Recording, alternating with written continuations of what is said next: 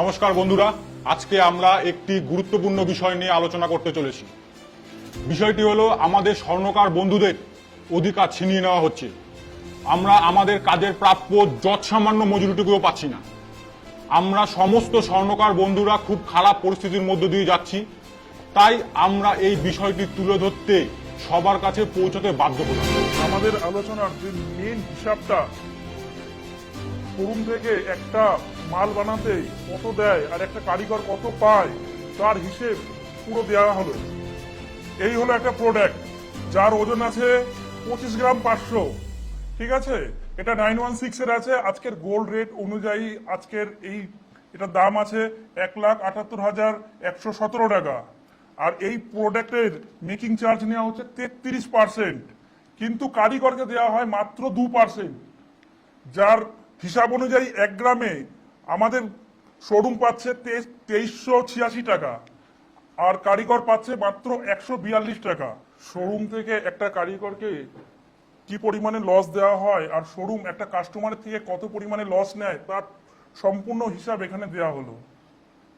ধরুন একটা মাল রয়েছে, এটার ওজন 25 গ্রাম 500। এইটা কারিগরকে বানাতে দিল, তার ওজনও আছে 25 গ্রাম 500। এইটা শোরুম যখন বিক্রি করে তখন 33% মেকিং নেয়।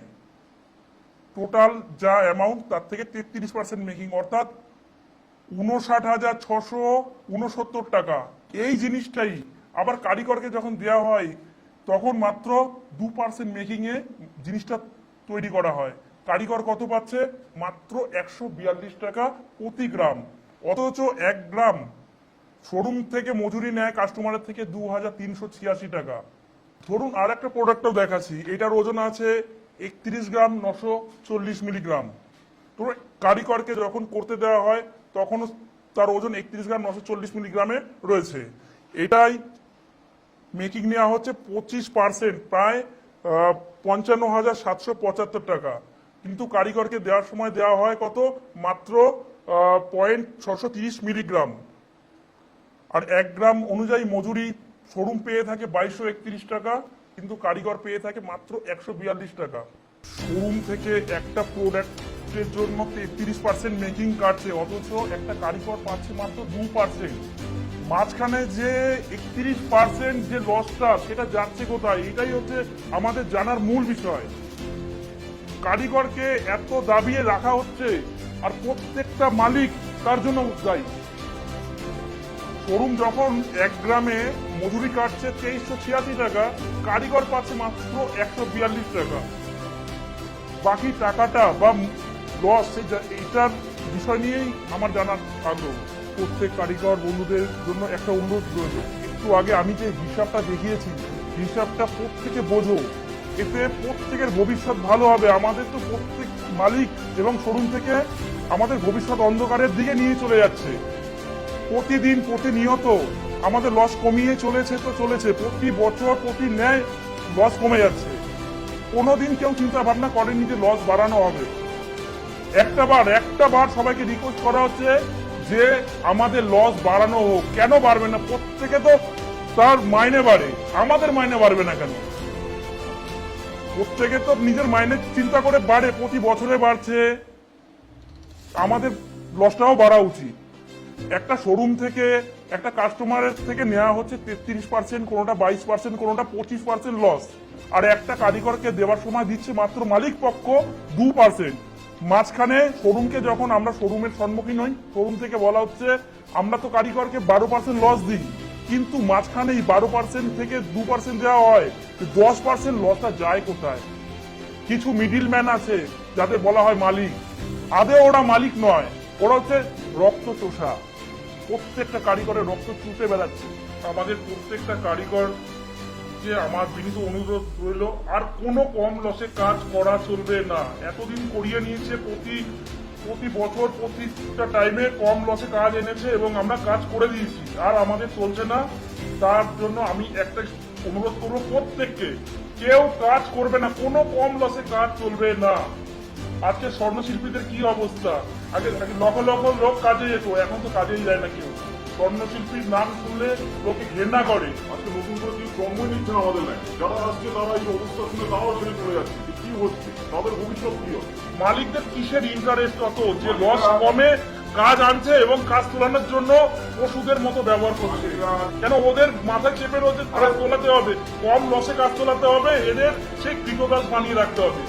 যদি এরা সম্পূর্ণ বুঝে যায় তাহলে তো ওরা তো মালিক থাকবে না, সব বন্ধু কারিগররা এক হতেই হবে। কাজ এবারে বন্ধ করতে হবে, আর না হয় মিনিমাম সব থেকে কম 4% লস করতেই হবে। আমাদের প্রত্যেককে একটাই বক্তব্য, এখন থেকে লস কোনো কমবে না, বাড়বে। সব থেকে নিম্নতম 4% লস দিতে হবে, 4%। শোরুম থেকে দিচ্ছে 23%, 24%, 25%। ঠিক আছে, আর মালিক পক্ষ জানাচ্ছে কি আমাদের তো লস দেয় না। তা মিডিল ম্যানে এত খাওয়া খাই ভবিষ্যতে আমাদের এই স্বর্ণ শিল্পী আরো আরো খারাপ দিকে চলে যাচ্ছে। আমরা এই কম লসে কাজ করতে করতে আমরা একদম অসহায় চলে এসেছি। আশা করি সমস্ত কারিগর ভাই দাদারা সবাই যদি আমাদের সাথে আসে, সবাই যদি সঙ্গে থাকে, তবে মালিকদের পক্ষে বা বিপক্ষে কথা বলে আমাদের লসটা সমর্থন করতে হবে। সমস্ত ডিউটি থেকে আমাদের ডিউটিটা বেশি হয়ে যায়, আমরা রাত দিন এক করে 12 ঘন্টা বা 10 ঘন্টা কাজ করতে হচ্ছে। একটা সরকারি নিয়ম অনুযায়ী 8 ঘন্টার বেশি কাজ করা উচিত না যে কোনো একটা শ্রমিকের। আমাদের শোরুম, মেইন যে শোরুম আছে তাদের কাছে আমাদের অনুরোধ, তারা সঠিক খবরটা নিই এবং বিবেচনা করুক। কারণ তাদের কাছে সম্পূর্ণ খবর নেই। তারা জানে যে আমরা তো এখান থেকে 12% লস দিই, কিন্তু আদৌ এসে পৌঁছায় না। মাঝখানে ভ্যান্ডার রয়েছে, মালিক পক্ষ রয়েছে, তাদের লস আমাদের দেখায় এত পার্সেন্ট দেয়, দিয়ে মাত্র 2% দেওয়া হয়, আর বাকি 10% কোথায় যায় এখন অব্দি জানা যায়নি। মালিক পক্ষ শুধু একটা জিনিসের ওপর নির্ভর করে রয়েছে, এদের ওপর পাশবিক অত্যাচার চলে।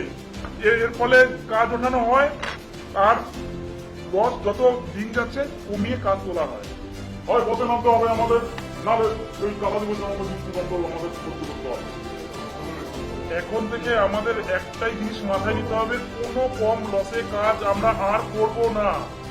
মালিক যতই চাপ দিক আমরা কাজ ধরবো না, কাজ করব না। আমাদের সব থেকে নিম্নতম অন্তত 4% লস দিতে হবে, তবেই আমরা কাজ করব এবং কাজে হাত লাগাবো, তার আগে নয়। প্রত্যেক মালিক পক্ষ কিন্তু ঠিক আছে, কারিগর পক্ষকে বারবার অনুরোধ করা হচ্ছে এক জায়গায় হও, লস বাড়াও। লস যদি না বাড়ে আমরা কাজ করব না, কাজ বন্ধ থাকুন। আমাদের যখন লকডাউনে 3 মাস তো বন্ধ ছিল, কেউ তো মরিনি, সবাই চলেছি তো। তাহলে সুতরাং 3 মাসের জন্য স্ট্রাইক করা হোক, 3 মাসের জন্য স্ট্রাইক। এই স্ট্রাইক করতে পারলে 3 মাস স্ট্রাইক করুন, তাহলে দেখবেন ভবিষ্যৎ উজ্জ্বল হবে। হতে বাধ্য, একবার গ্যারেন্টি হতে বাধ্য। মালিকদের একটা নির্দিষ্ট ইনকাম আছে, এত টাকা না হলে তোর মাথা খারাপ হয়ে যাবে, কিন্তু আমাদের অত দরকার। আপনাদের সামনে এখন আমি একটা ভিডিও তুলে ধরতে বাধ্য হচ্ছি। इतिहास गवाह है कि भारत में सोने के संबंध में कोई भी निर्णय करना है तो सिर्फ आर्थिक नीतियों और स्थितियों के आधार पर नहीं हो सकता है। सोने के संबंध में कोई भी निर्णय करना है तो भारत के जनमानस के साथ उसका डिस्कनेक्ट नहीं होना चाहिए। भारत का जनमानस क्या सोच रहा है उसके अनुकूल कोई निर्णय करेंगे, तब तो हम उस निर्णय का लाभ उठा पाएंगे। हम भली भांति परिचित हैं, 1968 में गोल्ड कंट्रोल एक्ट आया था। अब कांग्रेस को उस समय लगता था वहां कितना बड़ा महान काम कर दिया है, देश में कितना बड़ा परिवर्तन आ जाएगा। लाखों सोनार बेरोजगार हो गए, अनेक सोनार आत्महत्या करने के लिए मजबूर हो गए थे। उस समय ऑल्टरनेट कोई व्यवस्था उनको दे नहीं पाए था। और एक बात मैं कहना चाहूंगा कि 1968 का गोल्ड एक्ट 1990 तक चला, ये गलत हुआ है इस समझने में कांग्रेस को 25 साल लगे। कांग्रेस का एक दूसरा प्रॉब्लम ये है कि अगर वो कोई गलती करते हैं तो गलती को स्वीकार नहीं करते, सुधार नहीं करते, और चारों तरफ से संकट पैदा हो जाते। 25 साल 30 साल के बाद वो कहते हैं कि नहीं नहीं अब हम कुछ नया चीज लेकर के आ रहे हैं, और खुद की गलतियों के कारण जो पाप पैदा किया है उसके बोझ में दबते गए। বাবুদা, আজকে যারা এই অলংকারের জন্ম দিয়েছেন তারাই আন্দোলন করে মৃত্যুর মুখে চলে গেছেন। তারা কিসের জন্য, কেন? আর সেই একই পথে আমাদের মৃত্যুর মুখে চলে যেতে হচ্ছে। ভারত সরকার আমাদের সাধারণ কারিগরদের নিয়ে এই কথা বলেছিল। আজকে আমাদের মহাজন যারা আমাদের কাজ দেন তার উপরে যারা আছেন এবং তার উপরে যারা আছেন, এই সিস্টেমটাকে কিন্তু একটা পুরো জালিয়াতের পথে নিয়ে যাওয়া হচ্ছে। এই যে সিস্টেমটা পুরো একটা জালিয়াতের পথে নিয়ে যাওয়া হচ্ছে। আজকে তাদের ক্যাপিটাল দেখুন, KG KG capital, crore crore টাকার সম্পত্তি, জায়গা, কোটি কোটি টাকার বাড়ি কোথা থেকে হয়, কি করে হয়? আজকে একটা যা দুটো শোরুম ছিল তার 200 শোরুম আজকে কি করে হচ্ছে, কোথা থেকে হচ্ছে? আজকে আমাদের ভারত, আজকে আমাদের কারিগরের শীত তারা ভেঙে গেছে, ভেঙে দিয়েছে তারা। আমরা সকলে চাইবো আমাদের ভারত সরকার কৃষ্ণরূপে তাকে সোজা করে দিবে। আজকে আমাদের যা অভিযোগ রয়েছে সব মালিক পক্ষের বিরুদ্ধে। মালিক পক্ষ একটা কারিগরের অবস্থা যা করেছে, এর থেকে খারাপ অবস্থা মনে হয় না কেউ করতে পারে। আমাদের একটাই বক্তব্য, মালিক পক্ষ শুধরে যাও, নাহলে আমরাই শুধরে যাব। আর যদি আমাদের এই শুধরাতে হয়, আপনাদের যে সম্পত্তি বিষয়, সব সম্পত্তি বিষয়ে আমাদের সব জানা আছে, কারোর কম কারোর বেশি। আর প্রত্যেক কারিগরকে বলা হচ্ছে যদি মালিক পক্ষ যদি না শুধরায়, অন্তত তাদের সম্পত্তির এই বিষয়টা তুলে ধরো প্রত্যেকের কাছে, দেখবে ওরা এমনিতেই শুধরে যাবে। কারণ ওদের মুখে একটাই কথা, আমাদের তো কিছুই নেই, আমাদের কিছুই থাকে না। যদি কিছুই নাই থাকে, কিছুই নাই পাও, তাহলে এই লাইনের প্রতি তোমাদের এত ইন্টারেস্ট কেন?